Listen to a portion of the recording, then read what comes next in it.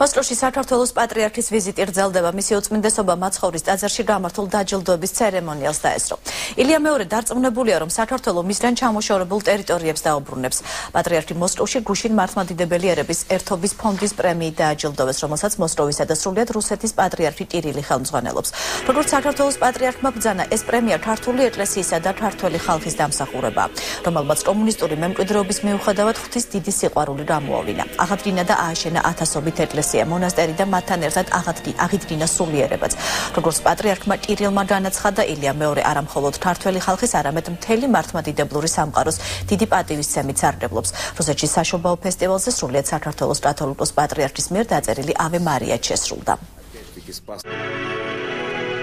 Весьма удовлетворен тем, как კმაყოფილი ვარ იმით, თუ როგორ წარიმართა პირველი ერთობლივი კომისიის ხდომა, რომელმაც ქართველ მეფეთა ვახტანგ მე-6-ის და თეიმურას პირველის საქართველოში გადასვენების საკითხზე იმსჯელა.